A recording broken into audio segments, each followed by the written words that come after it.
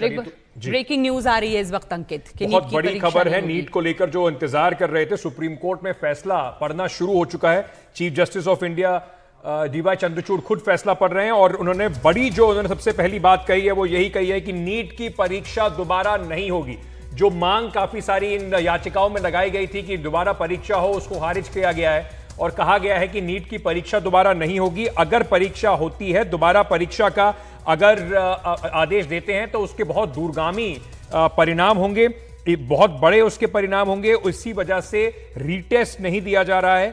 साथ ही साथ यह भी कहा गया है कि अभी इस नतीजे पर पहुंचना बहुत कठिन है कि जो कितनी बड़े पैमाने पर अगर ये क्या पूरे देश में जो पेपर लीक है उसका कुछ परिणाम हुआ है या नहीं। उन्होंने साथ साथ ये भी कहा है कि अदालत को लगता है कि इस वर्ष के लिए नए सिरे से नीट यूजी की जो परीक्षा के गंभीर परिणाम हो सकते हैं, इसी वजह से नीट की परीक्षा दोबारा नहीं होगी। जी, तो ये चीफ जस्टिस ऑफ इंडिया ये फैसला आप पढ़ रहे हैं और बताया गया है कि अदालत को ये लग रहा है कि इस वर्ष अगर परीक्षा ली गई तो उसके गंभीर परिणाम होंगे। रवीश रंजन शुक्ला हमारे साथ जुड़ गए हैं।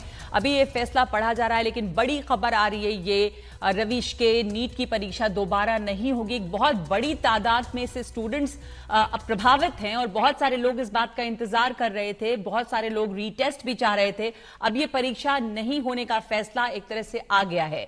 तो आप लगातार इस खबर को कवर करते रहे, इस फैसले का क्या आपको दिखता है असर और क्या विस्तार इस पर पता चला है अभी?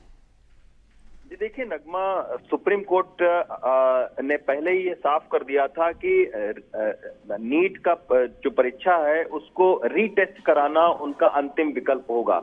वो ये पहले देखेंगे कि क्या सिस्टमेटिक तरीके से और क्या इस पेपर लीक का दायरा इतना बड़ा है कि रीटेस्ट होना चाहिए।